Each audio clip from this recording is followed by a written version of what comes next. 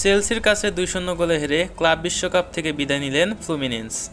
এরই সাথে ক্লাব বিশ্বকাপ জয় করার স্বপ্ন শেষ হলো ব্রাজিল ও ফ্লুমিনেন্সের ডিফেন্ডার থিয়াগো সিলভার।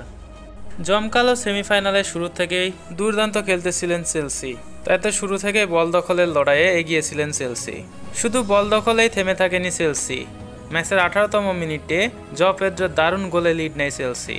ফ্লুমিনেন্স সমর্থকদের হতাশ করে 1 গোলে এগিয়ে যান প্রিমিয়ার লিগের দলটি।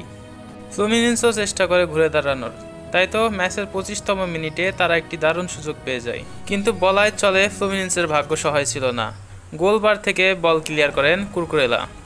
ম্যাচের 36তম মিনিটে ফ্লুমিনেন্সের প্লেয়ার যখন ডেড বল থেকে শট নিচ্ছিলেন তখনই ঘটে আর এক ঘটনা। চেলসি ডিফেন্ডার কলাবার হ্যান্ডবলের দাবি করেন ফ্লুমিনেন্স।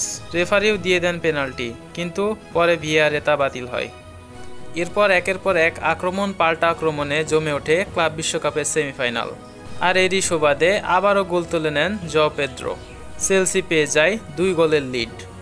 2 গোলেই থেমে থাকেনি চেলসি, করেছে একের পর এক আক্রমণ ফ্লুমিনেন্সের জালে। কিন্তু আর কোনো গোলের দেখা পায়নি চেলসি। ফ্লুমিনেন্স ঘুরে দাঁড়ানোর চেষ্টা করলেও একের পর এক ব্যর্থই হয়েছেন তারা। 2 গোলের লিডকে কোনোভাবেই টেক্কা দিতে পারেনি ফ্লুমিনেন্স। ফলে 2-0 গোলের হার নিয়েই ক্লাব বিশ্বকাপের সেমিফাইনাল থেকে বিদায় হতে হয়েছে ফ্লুমিনেন্সকে।